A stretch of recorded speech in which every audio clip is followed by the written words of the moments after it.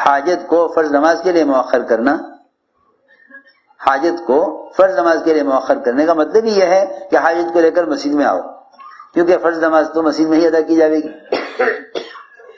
فرض نماز تو مسجد میں ہی ادا کی جائے گی۔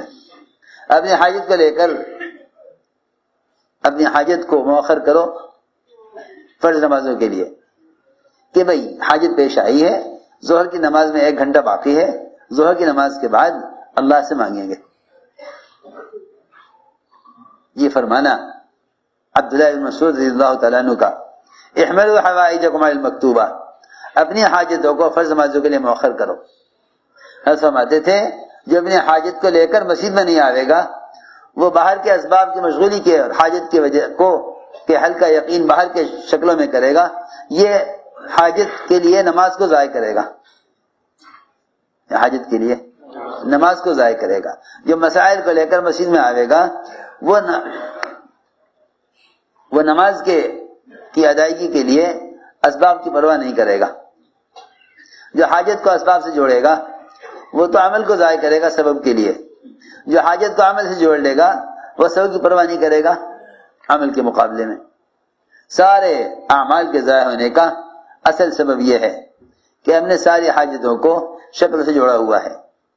اللہ تعالی حاجت کو اور نماز کو ایک وقت میں جمع کریں گے، ایک وقت میں جمع کریں گے، دیکھنے کے لیے کہ حاجت کو مقدم کرتا ہے یا عمل کو مقدم کرتا ہے۔ اس لیے فرمایا کہ سب سے پہلی بات یہ ہے کہ نماز پر یقین لاؤ، نماز پر یقین لاؤ، نماز پر یقین لاؤ کہ اللہ مجھے کامیاب کریں گے، عمل پر کامیاب کریں گے، اللہ کامیاب کریں گے اور عمل پر کامیاب کریں گے۔ کہ اپنی حاجتوں کو فرض نمازوں کے لیے مؤخر کرو، نماز کو یقین پر لاؤ، نماز کو یقین پر لاؤ۔ جب تمہیں ہر حاجت نمازی کی طرف لاوے تو پھر کہاں ممکن ہے کہ آدمی فرائض کو ضائع کر دے؟ یہ کیسے ممکن ہے؟ یہ کیسے ممکن ہے کہ فرائض کو ضائع کر دے؟ جب اس کو ایک کی حاجت مسیح کی طرف لاوے تو پھر اللہ کا حق ادا کرنے کے لیے مسجد کیوں نہ آئے گا؟ اس لیے دوستو پہلا کام یہ ہے کہ نماز کو تمام کائنات کی مادی شعلوں کے مقابلے میں پیش کرو، کیونکہ نماز کی طرف دعوت دینا مادی اسباب کے مقابلے میں دعوت دینا ہے۔ حضرت فرماتے تھے یوں نہ کہو کہ بھائی سبب بھی ہے نماز بھی ہے، کیونکہ ایک چیز بالکل غیر یقینی، ایک چیز بالکل غیر یقینی وہ اسباب ہیں، ایک چیز بالکل یقینی وہ نماز ہے۔ یقینی اور غیر یقینی دونوں کو جمع کرنا ممکن نہیں۔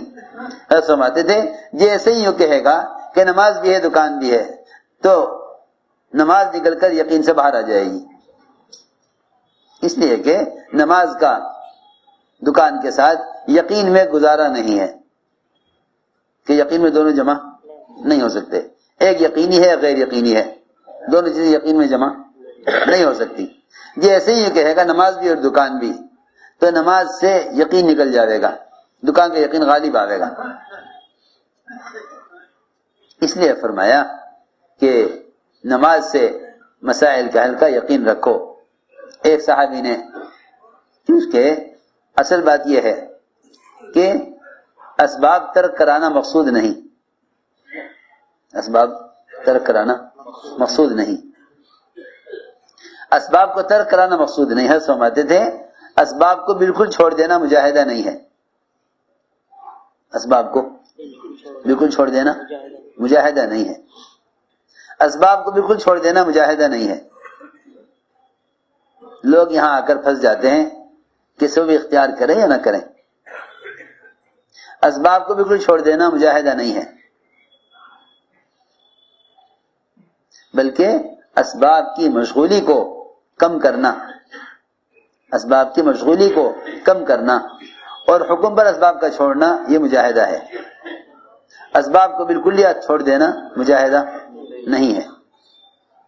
کیونکہ اسباب کو بالکل چھوڑ دینا رہبانیت ہے اور اسلام میں رہبانیت نہیں ہے. اسلام میں رہبانیت نہیں ہے. اسباب کو حکم پر چھڑوایا، یہ امتحان ہے کہ اسباب حکم پر چھوڑو، اسباب حکم پر چھوڑو، یہ امتحان ہے. اگر اسباب میں آتا ہی نہیں تو فرشتہ ہے، اور فرشتوں کا امتحان ہی نہیں ہے. امتحان تو ان کا ہے جن کے جسم میں ہم نے احکام کے خلاف تقاضے رکھے ہیں، احکام کے خلاف تقاضے رکھے. تجارت کا تقاضا رکھا، نماز فرض کی ہیں، مسجد میں آ کر ادا کرو. یہ نہیں کہ دکان پر نماز پڑھ لو. اگر مکان جلایا جا سکتا ہے، مکان جلانے کی دھمکی دی جاوے فرض نماز کے گھر میں ادا کرنے پر، تو دکان کے کیا حکم ہوگا؟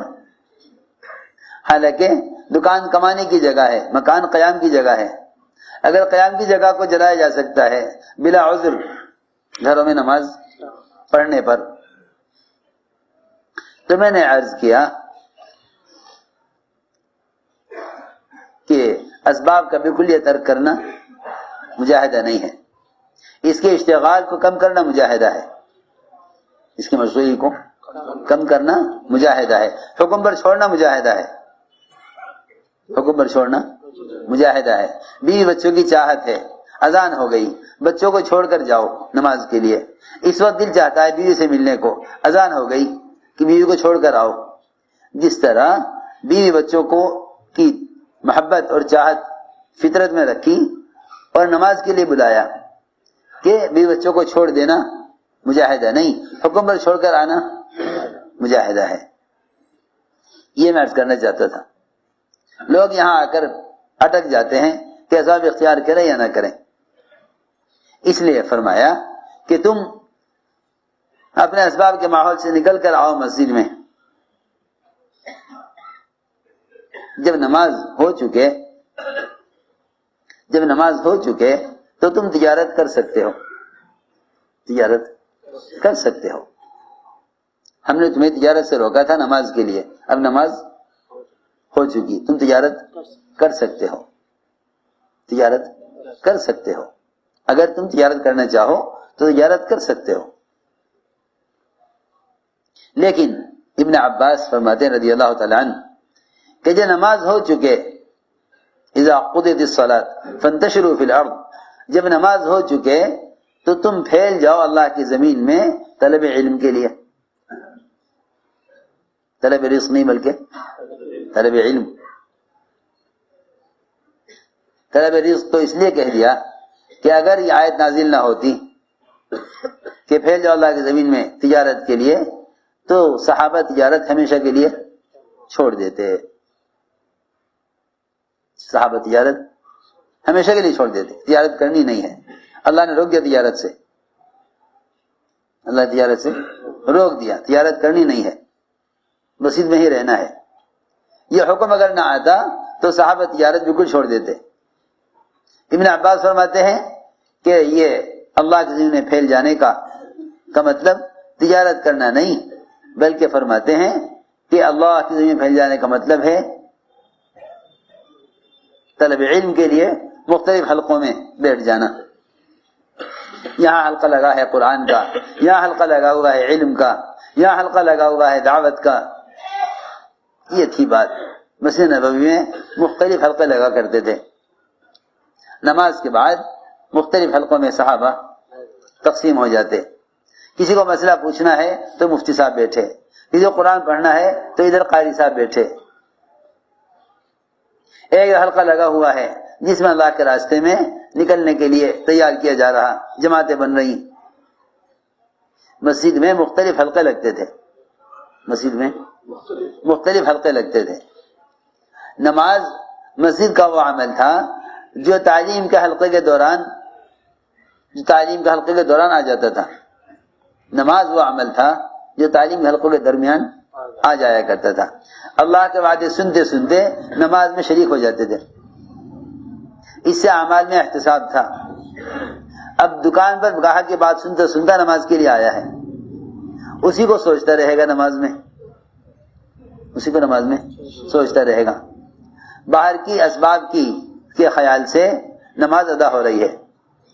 نماز پر اللہ کیا دیں گے، اس کے ایک ایک عمل پر اللہ کی تصویر کیا ملے گا، اس کا کوئی دھیان نہیں ہے. اس لیے کہ نماز علم کے دوران نہیں آئی، نماز علم کے دوران نہیں آئی، بلکہ نماز تجارت کے دوران آ گئی. تجارت کرتے کرتے آ کر نماز پڑھ رہا. یہ نہیں کہ علم کا حلقہ چل رہا تھا، نماز درمیان میں آ گئی. مسائل کا اور اللہ کے وعدوں کا دھیان نماز بھی اس لیے نہیں ہے کہ نماز اور تجارت کو جمع کیا ہے، علم اور نماز کو جمع نہیں کیا. اس لیے کہتے ہیں کہ دور صحابہ میں علم مسجد سے سکھلایا جاتا تھا. دور صحابہ میں علم مسجد سے سکھلایا جاتا تھا. علم اصل مسیح ہی کی چیز تھی. یہ تو اس زمانے میں نیا طریقہ ایجاد ہوا، اس زمانے میں نیا طریقہ ایجاد ہوا کہ مدرسہ الگ ہو گیا، مسجد الگ ہو گئی. مدرسہ الگ، مسجد الگ. حالانکہ جو عمومیت امت تک علم کو پہنچانے کی مسجد سے متعلق ہے، وہ عمومیت مدارس میں نہیں ہے. مدرسے میں تو وہ آئے گا جس میں طلب ہے، جس میں طلب ہے. طالب آئے گا مسجد میں، مجھے مدرسے میں. لیکن مسجد تو سب کے جڑنے کی جگہ ہے. مسجد سب کے جڑنے کی جگہ ہے. میں ضروری بات عرض کر رہا،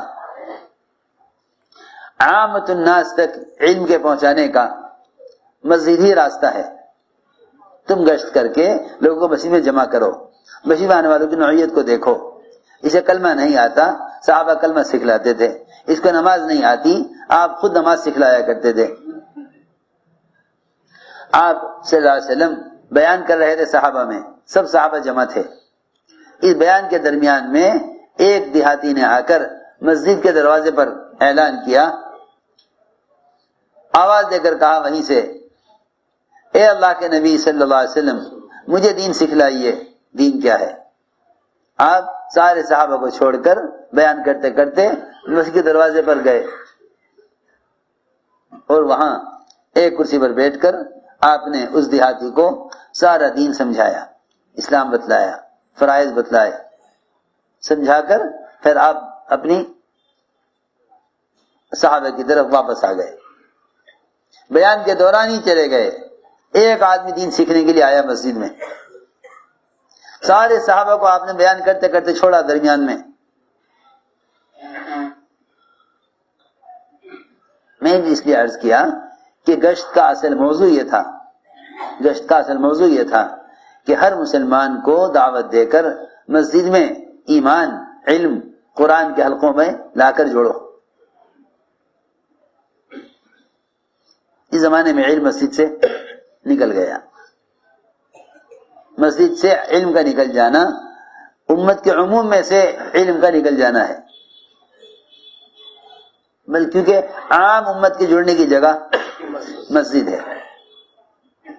عام امت کے جڑنے کی جگہ مسجد ہے. اس لیے دوستو عزیزو، دور نبوت میں علم اور ایمان مسجد سے سکھلائے جاتے تھے. دور نبوت میں علم اور ایمان مسجد سے سکھلائے جاتے. مولوی صاحب فرماتے تھے ضروریات زمانے کی وجہ سے علم مسجد سے نکل گیا، ورنہ علم مسجد کا عمل تھا، مسجد کی چیز تھی. حضرت عمر رضی اللہ تعالیٰ عنہ گئے ملک شام. پہلا سوال یہ کیا کہ تمہاری مسجدوں کا کیا حال ہے. پہلا سوال، تمہاری مسجدوں کا کیا حال ہے. جاتے یہ سوال کیا، تمہاری مسجدوں کا کیا حال ہے. ابن معاویہ کندی سے پوچھا، پھر خود یہ فرمایا کہ تمہاری مسجدوں کا حال تو یہ ہوگا، ایک آدمی مسجد میں جھانک کر دیکھے گا کہ اس کی قوم کا یا اس کی جان پہچان کا کوئی آدمی بیٹھا ہے تو اس کے ساتھ بیٹھے گا، دنیا کی باتیں کرے گا. اور اگر دیکھے گا کہ اس کی قوم کا کوئی آدمی مسجد میں یا اس کا کوئی دوست مسجد میں نہیں ہے تو وہ مسجد سے ایسے بدک کر بھاگے گا جیسے بدکا ہوا اونٹ ہوتا ہے. یہ حضرت عمر نے فرمایا. ابن معاویہ کندی نے کہا مومنین ایسا نہیں ہے جیسا آپ کہہ رہے ہیں، ایسا نہیں ہے. ہماری مسجدوں میں الگ الگ حلقے لگتے ہیں، ہماری مسجدوں میں الگ الگ حلقے لگتے ہیں. ایک حلقہ قرآن کے سیکھنے سکھلانے کا، ایک حلقہ حلال حرام کے تذکروں کا، جس میں لوگوں کو دین سکھلایا جائے، دین بتلایا جائے. حضرت عمر نے فرمایا تم جب تک ایسا کرتے رہو گے خیر پر رہو گے. تبلیغ میں، اس دعوت کے کام میں، مسجد میں ایمان اور علم کے حلقے قائم کرنے کا سب سے بنیادی مقصد یہ تھا تاکہ امت کے عوام تک دین